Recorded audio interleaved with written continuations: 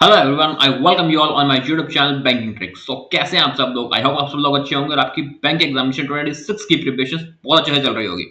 तो आपके RBI assistant के प्रीलिम्स एग्जामिनेशन में सिर्फ 1 वीक बचा है, इसलिए हमने स्टार्ट की अंतिम प्रहार सीरीज में 7 मॉक करेंगे। लास्ट 7 मॉक्स होंगे जो आपके आरबीआई असिस्टेंट की एग्जामिनेशन के लिए बहुत बेनिफिशियल रहेंगे आपके लिए। सारे क्वेश्चन आपके एग्जाम रेलेवेंट क्वेश्चन रखे गए हैं। हम लोग पिछले 3 महीने से लगातार प्रैक्टिस कर रहे हैं इस एग्जामिनेशन की।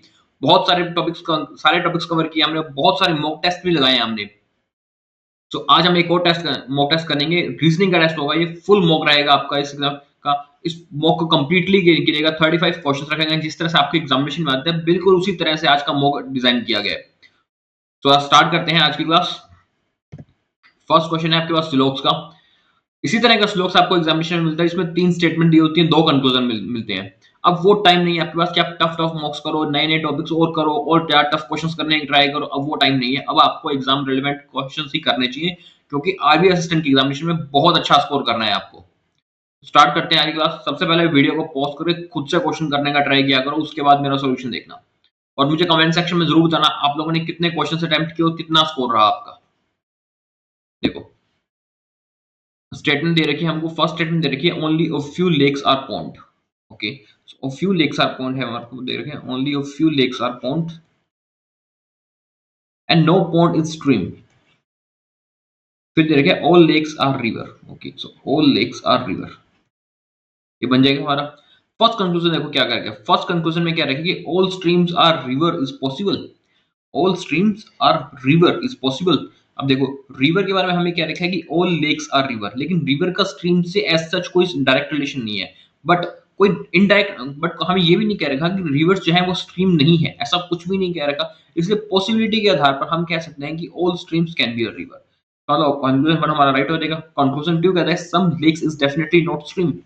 देखो, some lake is definitely not stream, lake का जो पार्ट, ये वाला जो पार्ट पॉन्ड के बीच में आया है, वो तो डेफिनेटली नॉट स्ट्रीम है, ये हमको पता है, क्योंकि हमको ये कह रखा है कि पॉन्ड्स जो है वो स्ट्रीम नहीं है। ये हमको साफ साफ क्वेश्चन में दे रखी है बात। इसका मतलब जो लेक का ये पार्ट आया है, ये हम डेफिनेटली कह सकते हैं कि स्ट्रीम नहीं है। यानी कंक्लूजन टू भी राइट हो जाता है हमारा आंसर। इसका हमारा आंसर हो जाएगा option number E, both conclusion one and two follows. Okay, got it.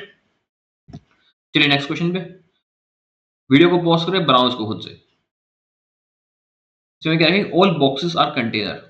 So all boxes are container and only a few container are package। only a few container के बारे में क्या रखी, only a few container are package and only a few boxes are shipment and only a few boxes are shipment।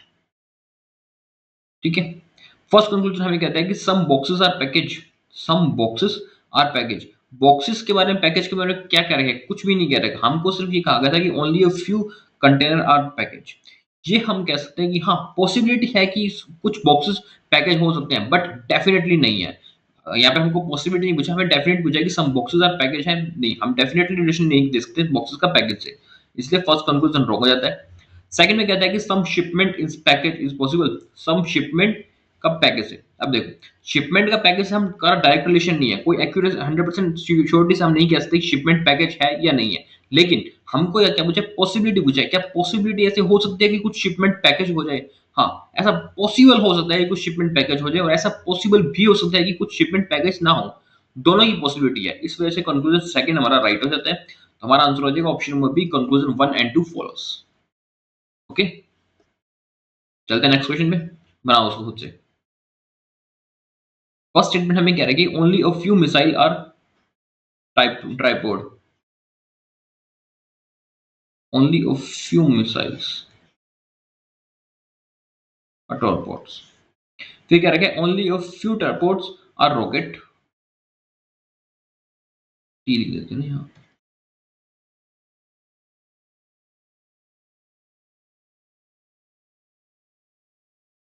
Rocket and no torpedo is a projectile. No torpedo is a projectile. ठीक है, यही बनेगा आपका first conclusion. देखो क्या करेगा, first conclusion में क्या रखेगी, all rocket can never be projectile. All rocket can never be projectile. देखो, अब इसने देखा कैन नेवर भी, क्या ऐसा हो सकता है कि सारे जो रॉकेट हैं वो प्रोजेक्टाइल नहीं होते। हमको ये तो पता है कि कुछ रॉकेट हैं ये प्रोजेक्टाइल नहीं है, क्योंकि रॉकेट का जो ये पार्ट टॉर्पेडोज में ये तो प्रोजेक्टाइल नहीं है, ये तो हमको साफ साफ क्वेश्चन में दिख रहा है, लेकिन ये पूछ रहा है कि ऐसी पॉसिबिलिटी हो सकती है कि कोई भी रॉकेट है वो प्रोजेक्टाइल नहीं हो। बिल्कुल ऐसी पॉसिबिलिटी हो सकती है। ये कब तब तक सही है जब तक हमको डायरेक्टली ये नहीं कहा जाता कि रॉकेट का कुछ पार्ट प्रोजेक्टाइल में है। ये बात हमको नहीं कहेंगे, इस वजह से कंक्लूजन 1 अपना राइट हो जाता है। सेकंड में कहता है कि सम मिसाइल्स कैन बी रॉकेट। क्या सम मिसाइल्स है वो रॉकेट हो सकते हैं? बिल्कुल हो सकते हैं रॉकेट, क्योंकि हमें ऐसा कोई डायग्राम नहीं दे रखा, ऐसा कोई स्टेटमेंट नहीं दे रखी जिसमें हम इस बात को कॉन्ट्रडिक्ट कर सकें कि कोई भी मिसाइल है वो रॉकेट नहीं है। इस वजह से कंक्लूजन सेकंड भी हमारा राइट हो जाता है। हमारा आंसर हो जाएगा option number E is right answer. Both conclusion 1 and 2 follows. Okay, चलिए नेक्स्ट क्वेश्चन आपके पास पजल है। वीडियो को पॉज करें, खुद से बनाएं इस पजल को। 2 मिनट का टाइम है आपके पास, इस 2 मिनट में इस पजल को सॉल्व करें। इसमें हमें क्या रखा कि 8 पर्सन है working in different bank designation. ठीक है, chairman is the senior most and clerk is the junior most. Note designation are given in decreasing order such that chairman is the senior most and clerk junior most. 8 designation है, तो सबसे पहले इनकी designation लिख लेते हैं। हमारे पास क्या क्या है? एक तो है चेयरमैन की, उसके बाद है अपने पास जीएम, फिर है एजीएम, उसके बाद है DGM, manager, assistant manager, PO and then clerk. ठीक है, फर्स्ट हमें कहता है कि only three person are designated between S and Z who is junior to manager. यानी 3 पर्सन है एस और जेड के बीच में। कौन सीनियर है कौन जूनियर है ये नहीं पता, लेकिन जेड के बारे में कह रहे हैं जेड जो है वो जूनियर है मैनेजर से। ठीक है, फिर कहते हैं कि T is 2 person senior to S. Okay, so T is 2 person senior है एस से। Number of person designated between X and T, यानी एक्स और टी के बीच में जितने भी पर्सन है, 1 more the number of person junior to V, एक ज्यादा है जितने की वी से जूनियर है। And V is junior to X, V के बारे में क्या रखे, we is junior to X. U is senior to W but junior to Y. Not less than 3 person are designated between U and D, यानी U और D के बीच में नॉट लेस देन 3 यानी कम से कम 3 या 3 से ज्यादा। नॉट लेस देन 3 का मतलब होता है कि 3 से कम नहीं, इसका मतलब 3 या 3 से ज्यादा पर्सन होंगे यू और डब्ल्यू के बीच में। लेकिन इसमें जूनियर कौन है सीनियर कौन है ये हमें क्वेश्चन में नहीं बता रखा। ठीक है, अब देखो इस क्वेश्चन को कहां से स्टार्ट करेंगे। एस और जेड से स्टार्ट करते हैं। जेड हमको पता है कि जूनियर है मैनेजर से। मैनेजर से जूनियर 3 पोजीशन आती है हमारे पास, एएम पीओ एंड क्लर्क। ठीक है, अब अगर मैं जेड को देखो एएम पे रख लेता हूँ एंड 3 पर्सन छोड़ के जब मैं एस को बनाता हूँ, जो कि 3 पर्सन का गैप है एस और जेड के बीच में, लेकिन हमको ये क्या रखा है कि जो टी है वो एस से 2 सीनियर है। ठीक है, 1 पर्सन छोड़ के ऊपर टी भी आएगा। इस कंडीशन में तो टी अपने पास आ ही नहीं सकता। इसका मतलब जेड अपने पास असिस्टेंट मैनेजर नहीं हो सकता। जेड या तो पी हो जाएगा, एस जेड, हाँ जेड या तो पी होगा या फिर जेड अपने पास क्लर्क हो जाएगा। ठीक है, तो 3 छोड़ के गैप पे अपने पास यहाँ आ जाएगा एस, और इसमें 3 छोड़ के गैप पे आ जाएगा जीडीएम पे है, और उससे 2 छोड़ के ऊपर टी आ जाता है। ये कंडीशन समझ आई आपको? क्यों जेड की एक पॉसिबिलिटी शुरू में ही कैंसिल हो जाती है। अब अगर आप इसमें एक और पॉसिबिलिटी बनाओगे 3 लेके चलोगे तो उतना ही ज्यादा टाइम वेस्ट हो जाएगा। तो जो पॉसिबिलिटी आपको वहीं खत्म होती है उसको ध्यान रखना, आपकी कौन सी पॉसिबिलिटी है वो। एस और जेड की बात हो गई। फिर हमको ये कह रखा था कि हाँ एक्स और टी के बीच में जितने पर्सन है वो एक ज्यादा है जितने पर्सन हमारे पास वी से नीचे हैं। एक बात तो ये, और एक बात ये कह रहे थे कि यू और डब्ल्यू के बीच में कम से कम 3 पर्सन है, 3 से ज्यादा पर्सन है। फर्स्ट कंडीशन में देखो यू और डब्ल्यू में, यू देखो यहाँ से देखो यू सीनियर है डब्ल्यू जूनियर है हमारे पास। अगर मैं यू को जीएम पे रखता हूँ तो कम से कम 3 पर्सन, 1 2 3 छोड़ के डब्ल्यू या तो एम पे हो जाएगा डब्ल्यू हमारे पास।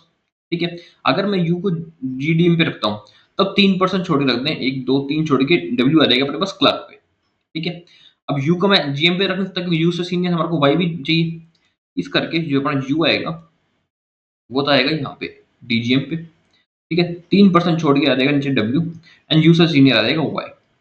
ठीक है, सेम चीज सेकंड में देखते हैं। सेकंड में चेयरमैन पे यू रख नहीं सकता, मैक्सिमम यू मैं एजीएम पे रख सकता हूँ। ठीक है, उसके ऊपर वाई है।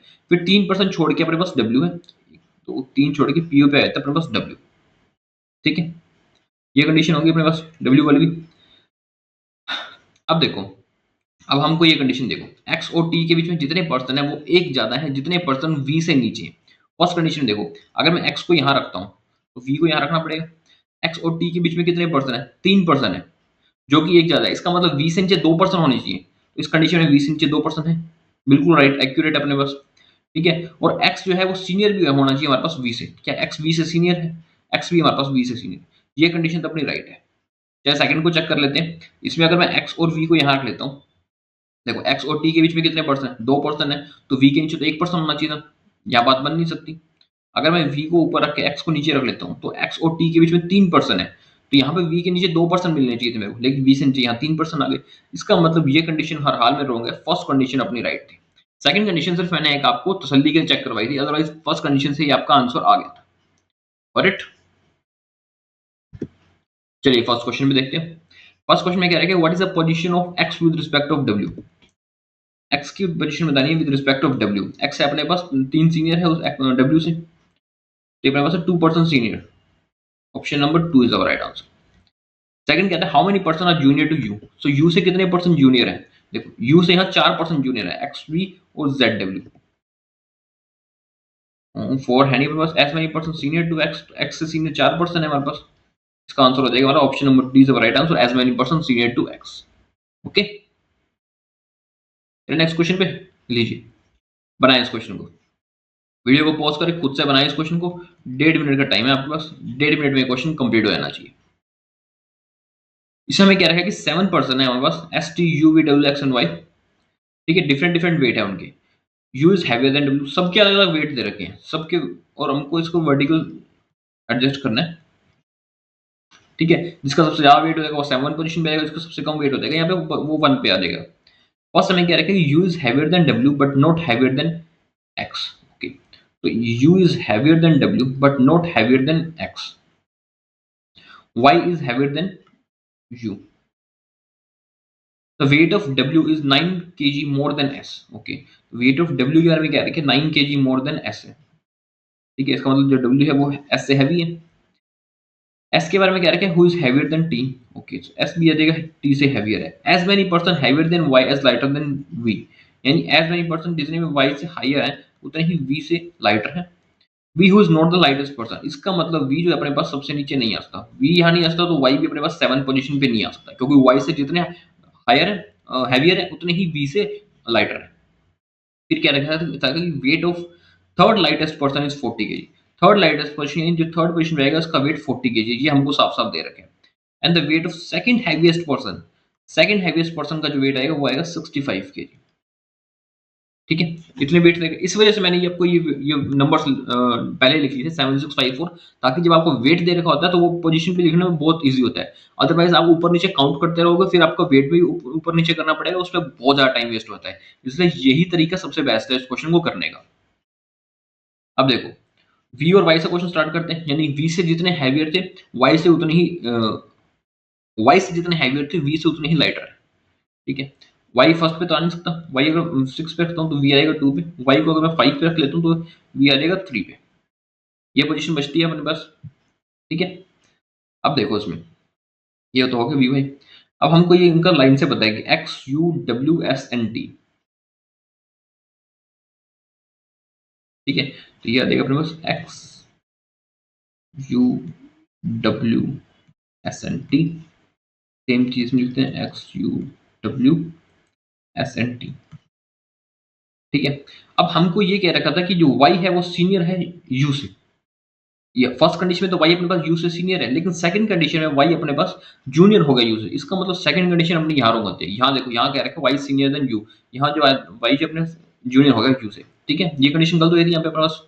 एक हमको क्या रखा था कि w का जो वेट है वो s से 9 ज्यादा है। s का वेट कितना है 40, तो w का वेट हो जाएगा 49। ठीक, इतनी हमको क्वेश्चन में हम इन्फॉर्मेशन दे रखी थी, उस अकॉर्डिंग अपना ये अरेंजमेंट बनता है vertically. Got it? 1.5 minute enough है इसके लिए। 1 मिनट के अंदर ही बल्कि ये क्वेश्चन बनना चाहिए था आपको, फिर भी मैं आपको 1.5 मिनट देता हूँ। इतना टाइम होता है सफिशिएंट 20 मिनट कि आपका 35 क्वेश्चन इजिली बन सके। वहां पे इजिली बोल रहा हूँ मैं, 20 मिनट में बन जाते हैं। चलिए फर्स्ट क्वेश्चन पे बताओ, उसमें what is the possible weight of you. So you का पॉसिबल वेट क्या होगा? देखो डब्ल्यू 49 पे है, वाई 65 पे, तो यू का पॉसिबल वेट क्या हो जाएगा? यू का पॉसिबल वेट हो जाएगा वो होगा 50 से लेके हमारे पास 64 के बीच में जो भी वेट हो सकता है वो यू का पॉसिबल वेट हो सकता है। अब देखो 50 से 64 के बीच में वेट है हमारा 55 KG. Option number C is our right answer, that is 55 KG. Okay, चलिए नेक्स्ट क्वेश्चन पे बनाए इसको। Uncertain linear row based puzzle है। ये पजल अनसर्टेन वालों के बहुत सारे लोगों को अड़ती है। उन्हें certain number of base person दिए होते हैं, तो उसके बारे में उनको पता होता है कि 8% है, 9% है, वो अरेंज कर लेते हैं। लेकिन जब उनको पता नहीं होता कि कितने परसेंट है, तो बहुतों को डिफिकल्ट लगती है। बट ऐसा नहीं है। अब मैं जिस लॉजिक से करता हूँ, मैं जिस टेक्निक से करता हूँ, उसको फॉलो करोगे तो ये भी इजिली हो जाएगा। 2 मिनट का टाइम है आपके पास। वीडियो को पॉज करके इस पजल को बनाओ खुद से। इसमें हमें क्या रखा कि certain number of person sitting in row and facing to north. एक रो में बैठे हैं सारे पर्सन, सभी पर्सन नॉर्थ की साइड फेस कर रहे हैं। कोई इसमें वेरिएबल नहीं है, कोई कुछ नहीं, सारे पर्सन एक रो में बैठे हैं और नॉर्थ में फेस कर रहे हैं। T sit 6 to the left of B and second to the left of E. ठीक है, टी जो है 6 to the left of B है, ठीक है, and second to the left of E, और टी जो second to the left of E है। ठीक है, फिर क्या रखा है, only 2% sit between T and X. T और एक्स के बीच में 2% है, ये नहीं पता राइट में है क्या लेफ्ट में। फिर कह रखा है only 3% sit between B and O. Okay, ये अपने पास बी था। 3% है अपने पास बी और ओ से। राइट कौन है, लेफ्ट कौन है, नहीं पता अभी तक हमको। J sit fourth to the right of O. J है फोर्थ टू द राइट में अपने पास ओ से। L sit second to the left of J. L आ जाएगा second to the left of J, यहाँ पर आ जाएगा। P sit adjusted to L. P अपने पास एल के साथ बैठा, राइट लेफ्ट नहीं पता। N sit second from one of N extremely end. P जो है इस सेकंड पोजीशन पे है। ठीक है, पी सेकंड पोजीशन पे राइट से और लेफ्ट से। दो कंडीशन बन सकती है, पी या तो राइट से सेकंड पे बैठेगा या लेफ्ट से सेकंड पे बैठेगा। ठीक है, देखते हैं अभी कहां पे बैठता है। ठीक है, आगे आगे सोचते हैं। फिर हमें क्या रखा, number of person sitting to left of X is 4 less than number of person sit to right of M. Number of person sitting to the left of X जो है ये 4 लेस देन है number of person sitting to the right of M से। ठीक है, M के बारे में क्या रखा है, fifth to the left of P. या ये देखो, अगर पी को मैं लेफ्ट से सेकंड पे बनाता हूं, तो मैं एम को उससे फिफ्थ टू द लेफ्ट कैसे बना सकता हूं। उसके तो लेफ्ट में एक ही पर्सन की जगह है, तो फिफ्थ एम जो है फिफ्थ टू द लेफ्ट कैसे हो सकता है। इसका मतलब पी जो है अपने पास वो डेफिनेटली राइट से सेकंड पे बैठे है। इसकी दो पॉसिबिलिटी बना सकते हैं। यहाँ पे हमारी पी की पॉसिबिलिटी खत्म हो जाती है जब हमको क्या रखे, M sit fifth to the left of P. यहाँ देगा अपने पास एम। समझ आया क्यों पी लेफ्ट में नहीं है, क्यों पी को राइट में बनाया गया है। ठीक है, फिर हमें क्या रखा था कि P sit adjusted to L. P L के साथ बैठा है। देखो, अगर मैं पी से राइट में एल बनाता हूं, तो एल से एक छोड़ के राइट में हमारे पास जे भी बैठा है, तो जे आएगा नहीं। इसका मतलब एल अपने पास पी से लेफ्ट में आ जाएगा, इस पोजीशन पे आ जाएगा अपने पास जे, एंड एल से एक छोड़ के आ जाएगा ओ।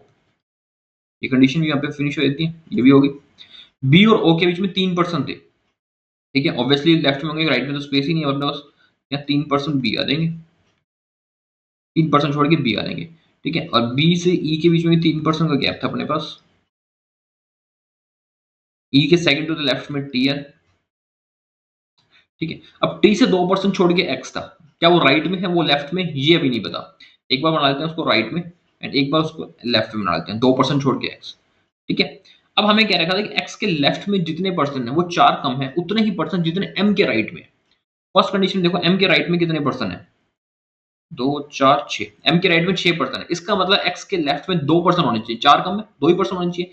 लेकिन एक्स के लेफ्ट में तो ऑलरेडी 3% बैठे हैं, 2% कैसे आ सकते हैं, माने ये कंडीशन गलत है। सेकंड में देखो, एम के लेफ्ट में कितने पर्सन है, एम के राइट में कितने पर्सन है, 6% है अपने पास एम के राइट में, 3 3 6। इसका मतलब एक्स के लेफ्ट में 2% होने चाहिए थे। अब एक्स के लेफ्ट में 2% है यहाँ पे, ये बन सकती है मतलब ये सेकंड कंडीशन, ये अपनी एक्यूरेट कंडीशन है। बट कोई टफ पजल नहीं थी, सिर्फ आपको पॉइंट से पॉइंट कनेक्ट करने आना चाहिए। थोड़ा सा लॉजिकली सोचा करो, वहां पे अवेयर रहा करो सारी कंडीशन से, कौन सी कंडीशन कब पूछी है। ये नहीं कि सिर्फ एक लिख के छोड़ दिया और बस छोड़ दिया कॉपी पे ऊपर। दिमाग में रखा करो हर एक कंडीशन को, बहुत ईजी होती है पजल्स। चलते हैं ऐसे क्वेश्चन पे। फर्स्ट क्वेश्चन देखो, how many person sitting in linear row. गिन के बताओ कितने पर्सन है इस रो के अंदर। 6 थे, 7 और 10 12 14 16 18 और 19, 19% है। Option number D is the right answer, that is 19। Okay, एक और पजल देखो। आरबी असिस्टेंट का जो ये एग्जामिनेशन होता है ना, ये मैं मानता हूँ वो एग्जामिनेशन नहीं है जिसके अंदर आप पहले सर्च करो कि वो उस टाइप के क्वेश्चन कहाँ पड़े हैं, मिसलिनियस और कहाँ कहीं रह तो नहीं गए, पहले सारे मिसलिनियस ढूंढूं, उसके बाद ये पजल मैं एंड में करूंगा, ये टफ पजल है। ये वो एग्जामिनेशन नहीं है। बहुत इजी पजल्स आएंगी, 20 मिनट का आपके पास टाइम होगा, 35 क्वेश्चन होंगे। जो पजल जो क्वेश्चन पहले दिखता है उसको वहीं पे खत्म कर दो, वहीं बनाकर उस बात को छोड़ दो वहीं पे। उसको और लंबा मत खींचो कि मैं उसको बाद में करूंगा, तब करूंगा, नहीं, तभी करना है उसको। इस बात को ध्यान रखना, ये वो एग्जामिनेशन नहीं है, मैं फिर से कह रहा हूँ, जिसमें आप पहले मार्क कर लो क्वेश्चंस को कि मैं बाद में करूंगा, सेकंड रो में करूंगा, सेकंड टर्म में करूंगा, ऐसा नहीं होता इस पेपर में। बहुत इजी पेपर है और फर्स्ट गो में ही सारे क्वेश्चन किया करो। बनाओ इस पजल को, 2 मिनट का टाइम है, 2 मिनट में इस क्वेश्चन को खत्म करो। स्क्वायर बेस्ड पजल है अपने पास, टिपिकल पजल है, हर टाइप की एग्जामिनेशन में थे। आज से 5 साल पहले भी पजलें आ रही थी, आज भी आती हैं ये पजल्स। प्रीलिम्स में बहुत कुछ चेंजेस नहीं हुआ है, मेंस में बहुत चेंज हुआ है, लेकिन प्रीलिम्स का पेपर आज भी वैसा ही आता है। तो बनाओ इसको।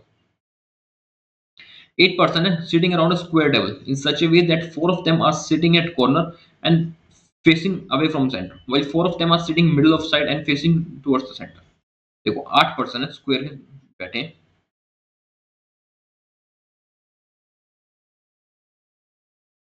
ठीक है। इसमें क्या है कि 4 of them are sitting at corner facing away from center। Corner वाले जो हैं वो अवे अवे देख रहे हैं, and 4 of them sitting middle वाले जो हैं वो फेसिंग टुवर्ड्स द सेंटर, और जो मिडिल वाले हैं वो अंदर की तरफ देख रहे हैं। इसमें कॉर्नर वाले बाहर की तरफ देखेंगे एंड मिडिल वाले अंदर की तरफ देखेंगे, ठीक है। फिर मैं कहता है कि आर से third to the left of Q, R जो है वो क्यू से थर्ड टू द लेफ्ट है, and Q sit second to the right of T.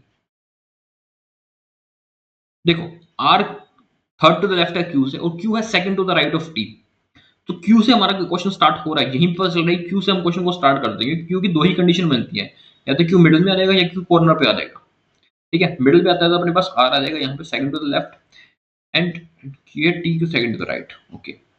इस कंडीशन में अपने पास आ जाएगा क्यू से सेकंड टू द लेफ्ट में आर आ जाएगा, एंड टी आ जाएगा अपने पास सेकंड टू द राइट में होते हैं ना, एक मिनट ये गलत कर दिया, आर दूसरी तरफ आएगा, एंड यहाँ पर आ जाएगा अपने पास T second to the right में आ जाएगा टी, ठीक है। फिर क्या रखा था कि 2 person sit between S and T, S and W who sit adjacent to T. यानी 2 पर्सन बैठे हैं अपने पास एस और डब्ल्यू के बीच में, और डब्ल्यू है वो अपने पास टी के साथ बैठे हैं, ठीक है। टी के साथ डब्ल्यू बैठेगा तो यहीं बैठेगा अपने पास, और तो कोई प्लेस नहीं है। लेकिन हाँ, एस और डब्ल्यू के बीच में जो 2 पर्सन है, इसकी अपने पास दो केसेस अभी बन रहे हैं, तो इसलिए एक बार इसको होल्ड पे रखते हैं, आगे देखते हैं। आगे में क्या रखा था कि as many person sit between R and S S between W and V. यानी आर और एस के बीच में जितने पर्सन बैठे हैं, सेम उतने ही पर्सन डब्ल्यू और वी के बीच में बैठेंगे। And the one who sit opposite to V sit immediate right of U. जो पर्सन वी के अपोजिट में बैठा है अपने पास, ठीक है, ये पर्सन यू से इमीडिएट राइट में बैठा है। ये बात समझ आई। The one who sit opposite to V sit immediate right of U, यानी वी के अपोजिट में जो पर्सन बैठा है वो पर्सन अपने पास यू से इमीडिएट राइट में बैठा है, ठीक है। And P and W are not facing each other. P और डब्ल्यू एक दूसरे को फेस नहीं करेंगे, पी एंड डब्ल्यू ये दोनों एक दूसरे को फेस नहीं करेंगे, ठीक है। अब देखो एस से हमारा एक कंडीशन बनती थी यहाँ पे, ठीक है। एक कंडीशन हम ये इसे ले सकते हैं कि वी और यू से, क्योंकि ये अपोजिट में बैठे हैं और सारे जो अपने पास अल्फाबेट्स बैठे हैं ये एक साथ बैठे हैं, तो हम इससे भी कंडीशन ले सकते थे। यहीं से लेके चलते हैं वी वाले से। देखो वी एक पर्सन के अपोजिट में बैठा है, अगर देखो वी किसके अपोजिट बैठेगा, जो कॉर्नर पे होगा उसके अपोजिट में बैठेगा अपने पास। वी अगर मैं यहाँ रखता हूँ, ठीक है, उसके अपोजिट में बैठा है क्यू। एक क्यू यू से इमीडिएट राइट में हो सकता है, बिल्कुल हो सकता है। उसको दूसरी तरफ से भी सोचो, अगर मैं वी को यहाँ रख लेता हूँ, उसके इमीडिएट राइट में ये पर्सन बैठा है, क्या वो यू से इमीडिएट राइट में हो सकता है? बिल्कुल हो सकता है। दोनों कंडीशन बन रही है ना यू से। अब इसी कंडीशन को हमको चेक करना है, साथ में आर और एस की कंडीशन को लेकर भी चेक करेंगे ना, कि देखो हमको ये पता था कि एस से दो छोड़ के गैप पे, डब्ल्यू से दो छोड़ के गैप पे एस है, ठीक है। या तो एस अपने पास यहाँ पर आ जाएगा, या राइट में हमारे पास एस यहाँ आता है, ठीक है। अगर मैं कहीं पे भी एस को यहाँ रखता हूँ आर के साथ, क्या डब्ल्यू के साथ वी आ सकते हैं? डब्ल्यू के साथ वी कभी भी नहीं आ सकता, ठीक है। इसका मतलब आर के साथ अपने पास एस नहीं आएगा, एस आ जाएगा अपने पास यहाँ पे। समझ आई आपको बात? क्यों आर के साथ एस नहीं लगाया, क्यों मैंने राइट में नहीं लिया डब्ल्यू से एस को, क्यों डब्ल्यू से एस को लेफ्ट में लिया? समझ आई ना, ठीक है। अगर एस हमारे पास यहाँ पे पता चल जाती है हमारे को, ठीक है, कि आर और एस के बीच में 2 पर्सन का गैप है, तो डब्ल्यू और यू के बीच में भी तो दो पर्सन का ही गैप हो जाएगा। इसका मतलब वी अपने पास श्योरिटी से यहाँ आ जाएगा, एंड वी जिसको फेस कर रहा है वो इमीडिएट राइट में है यू के, ये आ जाएगा अपने पास यू। बाकी ये कंडीशन यहाँ गलत हो जाती है, ठीक। अब चीज फर्स्ट में आ जाते हैं, फर्स्ट कंडीशन में देखते हैं। वही चीज डब्ल्यू से दो छोड़ के गैप पे एस था हमारे पास, एस या तो यहाँ पर आ जाएगा आपके पास, या फिर दो छोड़ के गैप पे एस यहाँ आ जाएगा। ठीक है, आर के साथ एस आ नहीं सकता, इसका मतलब एस आ जाएगा अपने पास यहाँ पे। एंड डब्ल्यू से दो छोड़ के गैप पे हमारे पास, क्योंकि आर से दो छोड़ के गैप पे एस है, तो डब्ल्यू से दो छोड़ के गैप पे हमारे पास वी आ जाएगा, तो वी आएगा यहाँ पे, एंड वी जिसको फेस कर रहा है वो इमीडिएट राइट में है यू से।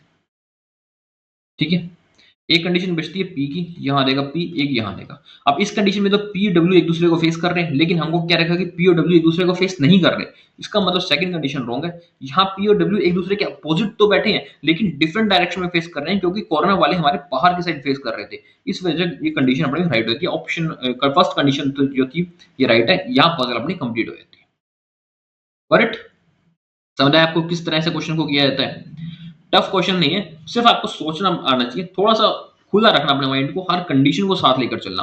अब बनाने को तो इसमें चार कंडीशन बना लो कि डब्ल्यू को एक बार राइट में बिठा लो एस से, फिर एक बार लेफ्ट में बिठा लो एस से, उसका कोई मतलब नहीं है। आप सोच के वही कंडीशन को एलिमिनेट कर सकते हो, बस आप थोड़ी सी अपनी थिंकिंग पावर को बढ़ाओ इसमें। चलिए इसे क्वेश्चन में देखते हैं। फर्स्ट क्वेश्चन कहता है how many person sit between P and T when counted from right of P. तो पी और टी के बीच में कितने पर्सन बैठे हैं when counted from right of P? 4% बैठे जब पी से राइट से काउंट करते हैं, आंसर हो जाएगा option number C, that is 4। Second कहता है who among the following pair of person immediate neighbour of, कौन से पर्सन जो है ये पेयर जो इमीडिएट नेबर बैठे हैं, पी आर या क्यू यू? पी आर के नहीं बैठा, क्यू जो है क्यू बैठा है यू से नेबर, आंसर हो जाएगा option number 2 is the right answer, Q बैठा है यू के नेबर है। करेक्ट? चलिए नेक्स्ट क्वेश्चन पे, लीजिए बनाए इस क्वेश्चन को, ढूंढे इनके कोड। फर्स्ट कोड दे रखे आपको दे और हेट का, इसका कोड ढूंढना है आपको, दे और हेट का। ठीक है, जितना जल्दी हो सके ढूंढा करो। इसमें ये वो क्वेश्चन नहीं इसमें आप 5 मिनट लगाओ एक एक कोड ढूंढो, नहीं, एलिमिनेशन से किया करो। जो जो उसके अंदर आपको सेम दिख रहे हैं उनको छोड़ते रहो, जो आपको सेम नहीं दिख रहे बस वही आप उनको ढूंढते रहो। ठीक है, फर्स्ट हमको दे रखा है दे और हेट, दे और हेट का कोड दे, दे हमको यहाँ पर भी दे रखे, दे हमें यहाँ भी दे रखे, और कहीं दे रिपीट नहीं हो रहा, इसका मतलब दो नंबर हैं जो इन दोनों लाइन में सेम हो जाएंगे। 1 नहीं हो सकता, 60 सेम नहीं है, 2 भी सेम नहीं है, ओनली जो नंबर सेम है वो है 30, यानी दे का कोड तो है जाएगा अपने पास 30। फिर आता है हेट, क्या हेट का कोड है? हेट दिया है अपने पास, और हेट का है कहीं भी नहीं है, इसका मतलब हेट का ऐसा कोई कोड है जो किसी भी नंबर में नहीं आता। देखो 40 आ रहा है हमारे पास, कहीं पे भी 40 कहीं नहीं आ रहा, 10 आ रहा है, 10 भी यहाँ पर आ गया, 1 भी आ गया, 60 भी आ गया, 40 नहीं आया, इसका मतलब हेट का कोड है 40, नहीं ये हमारा कोड देगा 40 and 30, option number C is our right answer, 40 and 30। ठीक है, इतनी ही जल्दी करना और इतना ही टाइम लगाना है आपको, इससे ज्यादा टाइम आपको इन क्वेश्चंस में नहीं लगाना है। ठीक है, चलिए नेक्स्ट पे कोड ढूंढिए 61 और 3 का, कोड सर्च करते हैं 61 और 3 का। देखो 60 हमने यहां देखा था, उसके अलावा 60 और कहां मिला था, ये रहा अपने पास 60। इन दोनों में क्या सेम है अपने पास? अटेंडेंट नहीं है, ऑनलाइन है, क्लास है, ऑनलाइन भी है, क्लास भी है। ठीक है, लेकिन क्लास तो हमारे पास फर्स्ट में भी है, फर्स्ट में 60 नहीं है, इसका मतलब 60 का कोड तो है अपने पास ऑनलाइन। ठीक है, फिर अपने पास कोड है 1, 1 इसमें भी है और 1 इसमें भी है, तीनों में कॉमन है, यानी इन तीनों लाइंस में एक ऐसा अपने पास वर्ड है जो तीनों में कॉमन है, क्लास, इसमें भी है, इसमें भी है, इसमें भी है, इसका मतलब 1 का कोड हो जाएगा अपने पास क्लास। फिर कोड आता है 03, 03 कहाँ है? फर्स्ट में है हमारे पास 03 एंड लास्ट में है, फोर्थ में है अपने पास 03, 03 का कोड सर्च करो इसके अंदर कहां पर है। देखो स्टूडेंट सेम नहीं है, आर अपने पास सेम है, अटेंडेंट नहीं है, क्लास नहीं है, इसका मतलब 03 का कोड है अपने पास आर। तीनों कोड निकल गए, ऑनलाइन, क्लास और आर। तो इसका कोड हो जाएगा अपने पास online R, R online class, option number D is our right answer, R online class. Okay, सिर्फ आगे पीछे लिखा हुआ है उसमें और कुछ नहीं है, कोड यही है अपने पास। ठीक है, चलिए नेक्स्ट क्वेश्चन पे बनाना उसको। डायरेक्शन डिस्टेंस का क्वेश्चन है, 1 मिनट का टाइम है आपके पास, वीडियो को पॉज करके 1 मिनट में सारा डायरेक्शन बनाओ, इससे ज्यादा आपको इसका डायरेक्शन का डायग्राम बनाने में लगना नहीं चाहिए, 1 मिनट के अंदर खत्म हो जाना चाहिए। हमें कह रहा है पॉइंट ए है 17 मीटर वेस्ट है बी से। ओके, पॉइंट ए है अपने पास, 17 मीटर वेस्ट है अपने पास बी से। ठीक है, and point C 7 metre north है बी से। पॉइंट डी है वो 5 मीटर वेस्ट है सी से।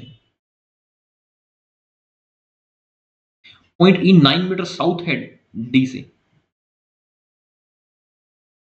पॉइंट ई 9 मीटर साउथ है अपने पास डी से। पॉइंट एफ जो है वो 5 मीटर वेस्ट है ई से। पॉइंट एफ जो है वो 5 मीटर वेस्ट है ई से। एंड पॉइंट जी है 4 मीटर नॉर्थ है अपने पास एफ से। अब 4 मीटर नॉर्थ होना चाहिए। देखो 9 मीटर हमने साउथ किया था, 5 मीटर ऊपर, ठीक है। 7 मीटर तो ये था, यानी ये जो थी ना ये था अपने पास 7 मीटर। जो नीचे का है अपने पास, मैं 17 को ऊपर लिख देता हूँ। जो नीचे का था ये था अपने पास 2 मीटर का, ठीक है। और ये पूरी जो लाइन थी ये 17 मीटर की थी। तो पूरी लाइन है 17 मीटर की थी, ठीक है। अब हमें क्या रखा है कि पॉइंट जी जो है 4 मीटर नॉर्थ में है एफ से, यानी 2 मीटर और ऊपर चला जाएगा। यहाँ आ जाएगा जी, 2 मीटर ये 2 मीटर ये, 4 मीटर हो गया। एंड पॉइंट एच जो है वो 7 मीटर वेस्ट में है जी से। Point H 7 metre west. अब देखो पूरी जो हमारी रो थी ए टू बी 17 मीटर थी, इसके अंदर डी से सी 5 मीटर ये आ जाएगा, एफ से ई 5 मीटर ये आ जाएगा, 10 मीटर हो गया। और 7 मीटर बचा हुआ एच से जी आ गया। इसका मतलब ये अपने पास एच और ए है, ये नॉर्थ और साउथ में बैठे हैं एक दूसरे के, ठीक है। फर्स्ट हमें क्या रखा है, if Z is exactly between G and F, what is the distance between H and B, Z and B. तो जेड जो बैठा है वो जी और एफ के बिल्कुल बीच में बैठा है। जेड बैठा है अपने पास जी और एफ के बीच में, यहाँ पर बैठा है जेड। हमको ये डिस्टेंस बतानी है जेड और बी की। तो जेड और बी के बीच में डिस्टेंस क्या आएगी, 5 मीटर ये रहेगा और 5 मीटर ये, यानी 10 meter. Option number B is right answer, 10 meter. Second कहता है कि what is the distance and direction of point A with respect to point H. Point A को बताना है एच से, ये रहा अपने पास point A and point H. Point A जो है वो साउथ में एच से कितना, 2 मीटर। ये हमारा डिस्टेंस 2 मीटर का था जी से जेड का, सेम डिस्टेंस है अपने पास इधर भी। इसका मतलब 2 मीटर अपने पास ए साउथ में। Option number C is right answer. Okay, easy था। 1 मिनट से ज्यादा आपको इसका डायग्राम बनाने में नहीं लेना चाहिए, और 30 सेकंड में दोनों क्वेश्चन हो जाते हैं आपके। इतना ही टाइम लगता है पेपर में, ठीक है। अब आप इसको वहां पे हड़बड़ी में आके, घबराहट में आके वो टाइम लगाते हो तो फिर वो आपकी गलती है, फिर आपकी प्रैक्टिस कम है, ठीक है। बनाओ इस पजल को, ये हिंदी मीडियम के लिए और ये इंग्लिश मीडियम के लिए। ईयर बेस्ड पजल है, हर टाइप की पजल आपको एग्जामिनेशन में मिलेगी। और मैं कभी भी कोई ऐसा सेशन नहीं लाता जिसमें एक ही टाइप की पजल को मैं रिपीट कर दूं। हर बार चेंज पजल लाता हूं, ताकि जितनी ज्यादा से ज्यादा अलग से अलग पजल्स की प्रैक्टिस हो उसके वो करना बहुत इंपॉर्टेंट होती है। पजल 18 से 20 नंबर की सिर्फ पजल्स देखने को मिलती है वहां पे। 2 मिनट का टाइम है, बनाओ इस क्वेश्चन को आप। 8 पर्सन हैं born in different years, different different years में बोर्न होते हैं हमारे पास। Age of each person is calculated with respect of the age of 2021 and all the persons were born in same date and same month and age of the person is only in years, ठीक है। सो 8 edges है अपने पास, 8 years हैं। सबसे पहले अपना year सबसे old है 1961 एंड 69 है, 67 69 है अपने पास। फिर है 1971, 73, 81, 85, 1991, 97, ठीक है। इन सब की एज हमको कैलकुलेट करनी है 2021 से, ठीक है। यहाँ आ जाएगी इनकी एज। सबसे पहले 1997 ये हो जाएगी 3 4 21, ठीक है। 9 आ जाएंगे 30, 15 ये हो जाएगी 36, 19 आ जाएगी 19 हो जाएगी और 40, ठीक है। फिर इसमें 27 होगी ना एज, 8 और जुड़ जाएगी 48, 50, ये हो जाएगा 52, ठीक है। और ये हो जाएगा अपने पास, इसमें 8 और जोड़ देंगे 60, ठीक है। आगे एज, सबसे पहले हमें क्या रखा है, difference between H and C. H और सी की एज में 6 ईयर का डिफरेंस है, और एच जो है अपने पास एल्डर है सी से, ठीक है। अब देखो 6 ईयर का डिफरेंस कहाँ दिख रहा है आपको, 36 और 30 में दिख रहा है, 30 और 24 में दिख रहा है। क्या 6 ईयर का डिफरेंस और कहीं पे दिख रहा है इस क्वेश्चन के अंदर, 60, 52, 50, 48 कहीं नहीं दिख रहा ना। इसका मतलब एच की और सी की दो ही पॉसिबिलिटी बन सकती है हमारे पास। एक तो ये पॉसिबिलिटी बन जाएगी एच और सी की, एक पॉसिबिलिटी बन जाएगी हमारे पास ये 30 और 24 वाली, ठीक है। 6 ईयर का डिफरेंस आएगा हमारे को। आगे चलो, फिर मैं क्या रखा, प्रेजेंट एज जो है बी की वो twice of present age of C, यानी बी की प्रेजेंट एज है डबल है सी की एज से। तो फर्स्ट कंडीशन में सी की एवरेज है 30, तो बी की हो जाएगी 60। सेकंड में बी की हो जाएगी 24 और 48, ठीक है। फिर कहता है ओनली 2 पर्सन वो born between B and F. B और एफ के बीच में 2 ही पर्सन बोर्न हुए, तो यहाँ देखो सेकंड कंडीशन में ऊपर आएगा अपने पास एफ, ठीक है। फिर मैं कहते हैं sum of the present age of F और जी है 100 है। एफ और जी की एज 100 है, एफ की एज है 48, तो जी की एज कितनी हो जाएगी 52। सेकंड में देखो एफ की एज है 60, तो जी की एज हो जाएगी 40। ठीक है। फिर हमें क्या है कि प्रेजेंट एज जो एफ है वो 8 year more than present age of A. F की प्रेजेंट एज है वो 8 year more than present age of A. ठीक है। तो फर्स्ट कंडीशन में ए आ जाएगा 40, सेकंड में देखो 8 लेस कर देंगे 60 में से तो 52 आ जाएगी ए की age. And E is 16 year younger than A. E की एज है 16 साल छोटा है वो ए से। ई आ जाएगा 24 पे। इसमें अगर 16 साल छोटा कर देते हैं अपने 52 है ना, 52 में 16 और लेस कर देते हैं अपने 32 34 34 तक अपने पास है ही नहीं। तो ये कंडीशन यहीं गलत हो जाती है, ऐसी तो बनती है अपने पास। एक क्या रखा है कि present age of E and D जो है 74 है। ठीक है। ई की एज 24 है, डी हमारे पास एक ही पॉसिबिलिटी बनती है 50। 50 प्लस 24 इज इक्वल टू 74, यानी ऑप्शन कंडीशन फर्स्ट है ये अपने राइट होते हैं, कंडीशन सेकंड है ये अपनी रॉन्ग हो जाती है। Got it. टफ नहीं था, सिर्फ आपको नंबर्स के साथ खेलना था। कुछ लोगों का फोबिया होता है नंबर्स के साथ, नंबर आप पूछ लिया तो पता नहीं क्या ही पूछ लिया, ऐसा बिल्कुल भी नहीं है। इजी क्वेश्चन था, आरबीआई असिस्टेंट के अकॉर्डिंग ये परफेक्ट क्वेश्चन था आपके एग्जामिनेशन में आने के लिए। ठीक है। अरे दोबारा बना दिया, हाँ इसको करो। हमें क्या था कि sum of the age of D and G, D और जी की एज काउंट करो कितनी है टोटल। डी की एज थी 50 और जी की एज कितनी है अपने पास, जी की एज है 52। डी और जी की टोटल एज कितनी हो जाएगी 102। हमारा आंसर देगा option number C right answer 102, D और जी की एज बन जाएगी। सेकंड क्वेश्चन क्या था कि which of the following person were born in 1973। 1973 में कौन सा पर्सन बोर्न हुआ था। 1973 में हुआ था एफ। ठीक है। उसके बाद एफ के बारे में हमको क्या क्या रखें, तो पर्सन 2 पर्सन आफ्टर जी या इमीडिएटली आफ्टर बी। एफ जो है 2 पर्सन आफ्टर जी है हमारे पास, यानी हमारा आंसर हो जाएगा option number E is right answer 2 person after G. Okay, चलिए नेक्स्ट क्वेश्चन पे लीजिए। नेक्स्ट क्वेश्चन देखिए, वीडियो को पॉज करें, 2 मिनट का टाइम है आपके पास, 2 मिनट में इस पजल को बनाओ। 5 पजल आएंगी, पांचों अच्छी पजल रखी है आपके एग्जामिनेशन के हिसाब से, कोई आपको हल्की पजल नहीं देखने को मिलेगी कि बिल्कुल 30 सेकंड्स में बना दोगे आरबी असिस्टेंट में, इस तरह की पजल नहीं है। 1-1.5 मिनट का टाइम कम से कम लग रहा है आपको, 2 मिनट का टाइम है कह रहा हूँ सफिशियंट है। कोशिश करो उसके भी पहले बनाने की। ठीक है। सिर्फ माइंड को ओपन रखो, हर तरह की कंडीशंस को देखकर बनाओ, यही है सिर्फ पजल के ट्रिक है। इस जितना जल्दी इसको समझ लोगे उतना जल्दी आप पजल बनाने स्टार्ट कर दोगे। बनाओ इस पजल को। 8 person sitting around a circular table, equal distance है उनके बीच में, some of them facing to centre, some of them facing away from centre. ठीक है। 8 पर्सन है अपने पास, कुछ इनसाइड फेस कर रहे हैं कुछ आउटसाइड फेस कर रहे हैं। ओ के बारे में हमें क्या रखा है कि ओ फेसिंग टुवर्ड्स द सेंटर, यानी ओ जो है वो अपने इनसाइड फेस कर रहे हैं। Only 1 person sit between O and L, O and और एल के बीच में एक ही पर्सन है, राइट लेफ्ट ये नहीं पता अपने को। ओ से स्टार्ट कर लेते हैं, इनसाइड फेस कर रहा है अपने को, ये दे रखे। एंड ओ और एल के बीच में एक पर्सन है, राइट लेफ्ट ये नहीं पता। फिर दे रखे and sit second to the left of O, both of them are facing opposite direction. And sit second to the left of O है ओ। ठीक है। अब second to the left of O के second to the left of L कैसे आएगा, एक side तो अपने पास एक एक पर्सन छोड़ के ओ बैठा है, यानी एक ही जगह बचती है, and sit second to the left. ठीक है। एंड दोनों जो है अपने पास अपोजिट डायरेक्शन में फेस कर रहे हैं, तो ये इनको अपोजिट डायरेक्शन में फेस करवा देते हैं। फिर क्या रखा है Q sit immediate left of N. Okay, Q sit immediate left of N भी आ जाएगा अपने पास। And R sit second to the right of Q and sit adjacent to L. R जो है वो second to the right of Q है और एडजेस्टेंट एल है अपने पास। आर यहाँ आ जाएगा, second to the right of Q है। ओके, ये इनसाइड फेस करेगा, एक आउटसाइड फेस करेगा। 3 person sit between R and S, R और एस के बीच में 3 पर्सन बैठे हैं अपने पास, ये भी आ जाएगा। P seat immediate left of S, P seat immediate left of S. कोई दिक्कत आई अभी तक, बिल्कुल स्मूथ चल रही है पजल, कोई प्रॉब्लम नहीं आ रही तक यहाँ पे।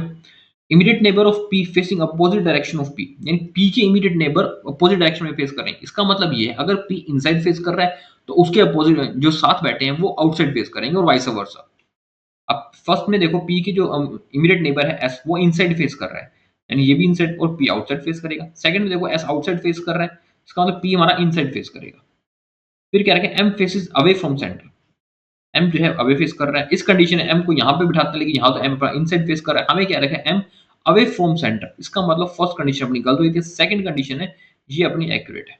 अच्छा अभी आगे और भी करके the one who seat immediate right of O facing towards the centre, O की इमीडिएट राइट में आर बैठा है वो facing towards the centre, inside देख रहे हैं। ठीक है। विद इन 2 मिनट बनने वाली बिल्कुल पजल थी। कुछ आपको कंडीशंस नोट नहीं करनी पड़ रही थी, कुछ नहीं करना पड़ रहा था, सिर्फ आपको कंडीशन इतनी इजी दी हुई थी, पॉइंट टू पॉइंट दी हुई थी कि सिर्फ आपको पजल में कंडीशंस को रखनी थी, उस पजल को बनाना था। 1.5 मिनट भी मैं कहूंगा इसमें मोर देन एनफ है इस क्वेश्चन के लिए। 2 मिनट तो बहुत ज्यादा है, बहुत ज्यादा है। बहुत से लोग इस पजल को 1 मिनट में सोल्व करेंगे वहां पे, इतनी सिंपल पजल थी ये आपकी। ठीक है, क्वेश्चन देखते हैं। इसके फर्स्ट क्वेश्चन कहता है who among the following person sit exactly middle P and L when counted from left of L. P और एल के बीच में कौन बैठा है? एल को लेफ्ट से काउंट करते हैं, एल को लेफ्ट से काउंट करते हैं, उसके बिल्कुल बीच में बैठा है अपने पास N. Option number D is our right answer, that is N. Okay, चलिए नेक्स्ट क्वेश्चन ब्लड रिलेशन का क्वेश्चन है। 1.5 मिनट का टाइम है आपके पास, 1.5 मिनट में इस क्वेश्चन को बनाओ ब्लड रिलेशन को। भी हाल ही कुछ अगर एग्जामिनेशन देखे ना पिछले साल के या उससे पिछले साल के, तो ब्लड रिलेशन थोड़ा सा ट्रिकी आता है, इसलिए उसको ध्यान से बनाना। ठीक है, हर कंडीशंस को लेकर चलना। फर्स्ट क्या रखेगा हमको कि एस जो है अपने पास मदर है एक्स की। ओके, एस जो अपने पास मदर है X, V is the father of T, V is the father of T and nephew of P, यानी वी भी है किसी का नेफ्यू है। P is the aunt of U, P U की आंट है एंड अनमेरिड है।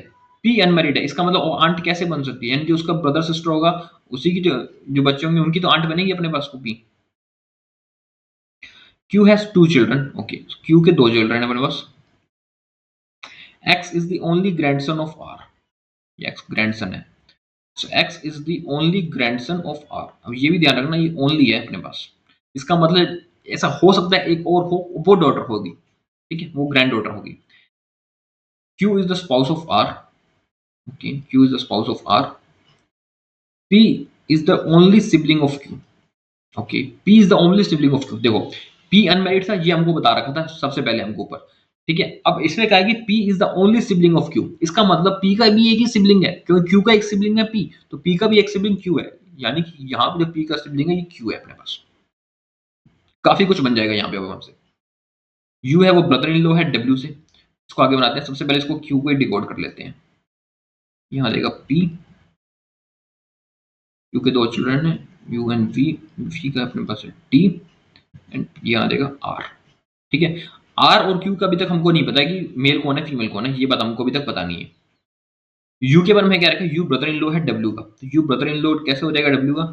जब वी की मैरिज होगी डब्ल्यू से तभी हो जाएगा। And W does not have any sibling, W का कोई सिबलिंग नहीं है। ओके, डब्ल्यू का कोई सिबलिंग नहीं है। आर के बारे में हमें क्या रखा था कि आर का ग्रैंडसन है U, only grandson of R जो है यू, इसका मतलब टी जो है ये ग्रैंड डॉटर है। ये समझ आ गई। अब आर का ग्रैंडसन एक्स कैसे बन सकता है? ऐसा भी बन सकता है कि वो यू का चाइल्ड हो, या फिर वो वी का चाइल्ड हो, तो भी वो आर का ओनली ग्रैंडसन बन सकता है। ठीक है, बट अभी हम इसको ओपन रखते हैं, क्योंकि हमको ये क्या रखा था कि एक्स की जो मदर है वो एस है, डब्ल्यू नहीं है। एक्स की मदर एस है, एक्स की मदर एस कब आएगी? यहाँ पे जब एक्स होगा ये आ जाएगी एक्स अपने पास, ये कंडीशन अपने पास आ जाती है। आर और क्यू का साइन नहीं दे रखा हमको, इसमें कौन मेल है कौन फीमेल है ये अभी तक हमको डिसाइड नहीं हुआ है आर और क्यू के बारे में। बाकी ये अपना ब्लड रिलेशन यहाँ पे कंप्लीट हो जाता है। ओके, समझ आया आपको? एक एक पॉइंट को मैं कोशिश करता हूँ आपको समझाने की। कुछ भी आपको प्रॉब्लम लगती है या कुछ भी और लगता है, आपको लगता है मेरी स्पीड ज्यादा है या कुछ और तरह के क्वेश्चन चाहिए, तो कमेंट सेक्शन में बताना, हर टाइप के आपको सॉल्यूशन मिल जाएगा। फर्स्ट क्वेश्चन में कहता है कि if R is the husband of Q, how is Q related to S. अगर आर जो है वो क्यू का हस्बैंड है तो क्यू एस से कैसे रिलेटेड होगी? इसमें इसका मतलब क्यू हो जाएगी वो फीमेल हो जाएगी, और एस से क्या रिलेटेड होगी? वो क्यू हो जाएगी उसकी mother in law. Option number D is right answer, that is mother in law. Next कहता है कि the relationship between X and U is same as the relationship between X और यू का जो रिलेशन है वो सेम रिलेशन क्या है? एक्स और यू का देख लो क्या रिलेशन है। एक्स और यू का फादर और चाइल्ड का रिलेशन है अपने पास, एक्स और यू का फादर और चाइल्ड का रिलेशन, चाइल्ड में भी बॉय। ठीक है, फादर और उसका मेल चाइल्ड कह सकते हैं। फादर और मेल चाइल्ड का रिलेशन कहाँ दिख रहा है आपको? आर और यू के साथ आप कहोगे, लेकिन आर और यू में आर और क्यू में हमको क्या पता फादर कौन सा मदर कौन सा, क्योंकि हमको साइन नहीं दे रखे, इसलिए उसका बन नहीं सकता ना तो यू के साथ ना वी के साथ। टी हमारे पास डॉटर आ गया, कोई भी रिलेशन नहीं बन सकता, यानी option number is right answer, can not be determine. अगर आर और क्यू का जेंडर हमें पता होता तो हमारा रिलेशनशिप बन रहा था, उसके अलावा नहीं बन पा रहा था। ओके, नेक्स्ट क्वेश्चन पे लीजिए। नेक्स्ट क्वेश्चन कीजिए, सिंपल सा क्वेश्चन है। ठीक है, जितना जल्दी हो सके उतना जल्दी उसको डिकोड करो, 30 सेकंड भी नहीं लगने चाहिए इस क्वेश्चन को आपको करने में। बस ध्यान रखो आप माइंडली सोचो, लिखना नहीं है, बिना पेन उठाए इस क्वेश्चन को करो। फर्स्ट कंक्लूजन हमको दे रखा है डी जो है ग्रेटर देन आर, सर्च करो डी ग्रेटर देन आर है अपने पास, डी देखो यहां पर है, आर यहां पर है, कॉमन ढूंढा करो कहां पे है, देखो इसके अंदर भी के है, इसमें भी के है, ठीक है, डी बड़ा है आर से, देखो आर टी और टी के, जब भी हम आर और के को उठाएंगे यहां पर जो जो साइन है वो कॉन्ट्राडिक्ट हो रहे हैं, एक ग्रेटर देन है एक लेस देन है, इसका मतलब डी ग्रेटर देन आर हो ही नहीं सकता। ये बात यहीं पर ही खत्म हो जाती है, क्योंकि यहां पर ही देखो दोनों कॉन्ट्राडिक्ट हो रहे हैं, ये ग्रेटर देन हो जाता है, ये लेस देन हो जाता है, ठीक है, इसका मतलब जो फर्स्ट है अपने पास ये तो हो नहीं सकता, ठीक है। सेकंड में क्या रखा है कि x less than T, x को पी पे लेस देन टी, हाँ टी से करना है अपने को, तो एक्स पी, पी यहाँ पे है, ठीक है, और के ये रहा। अब आप उसको माइंडली सोचो कि एक्स और पी उसको उधर लेकर जाते हो, ठीक है, सारे साइन सेम साइड आ रहे हैं, और के को रख के रिवर्स कर देते हो उसके साइन को, तो ही बनते हैं, यानी कंक्लूजन सेकंड राइट होते हैं। अच्छी प्रैक्टिस होगी ना आपकी, तो जैसे मैं आपको दिखाना चाह रहा हूँ वैसे आप देख पाओगे। अगर आपकी प्रैक्टिस नहीं होगी ना तो आपको लगेगा पता नहीं कैसे उंगली घुमा रहा हूँ बैठा, बड़ा ऐसा नहीं है, क्वेश्चन को ध्यान से देखा अगर। नेक्स्ट देखो, बनाओ इसको।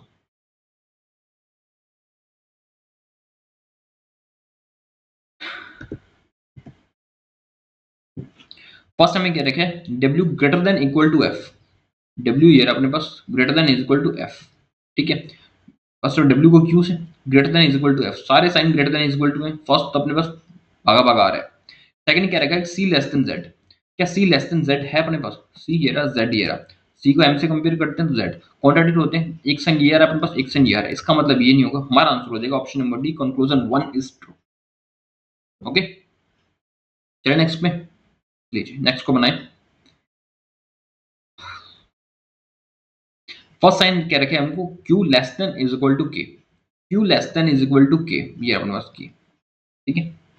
अब देखो क्यू को एस पी से हम कंपेयर करेंगे, इसमें पी अपने पास सेम साइन है अपने पास, Q less than is equal to K, और कोई साइन ही नहीं है less than is equal to का, इसका मतलब फर्स्ट तो अपने पास राइट है ही है, साफ दिख रहा है, वो कोई कोई साइन भी नहीं आ रहा, सोचना भी नहीं पड़ रहा। सेकंड में देखो एम जो है वो ग्रेटर देन आर है अपने पास, आर ये अपने पास, एम ग्रेटर देन आर ये अपने पास एम, क्या एम ग्रेटर देन आर है, बिल्कुल है, यहाँ पे भी हमारे पास ग्रेटर देन का साइन आ गया, यहाँ पे भी ग्रेटर देन का साइन आ गया, यहाँ greater than is equal to sign है, इसका मतलब ये भी अपना पास राइट है, हमारा आंसर हो जाएगा both conclusion 1 and 2 are right. Okay, दोनों कंक्लूजन अपने 1 एंड 2 राइट हो जाते हैं, ठीक है। Okay, that's all for today. I hope आपको सेशन अच्छा लगा, और अच्छा लगा तो प्लीज वीडियो को लाइक कर देना, चैनल को सब्सक्राइब कर देना, एंड कमेंट सेक्शन में जरूर बताना कि आपके कितने मार्क्स आए, कौन से क्वेश्चंस आपको टफ लगे, और नेक्स्ट मॉक में आप किस तरह के क्वेश्चंस चाहते हो। क्वांट्स एंड रीजनिंग की हर रोज क्लासेस हो रही है सुबह 9 बजे, उन क्लासेस को जरूर देखा करो, बहुत कम टाइम बचा है आपके एग्जामिनेशन में, सिर्फ मॉक की प्रैक्टिस करो, जितनी ज्यादा से ज्यादा हो सके सिर्फ मॉक की प्रैक्टिस किया करो। That's all for today, thank you.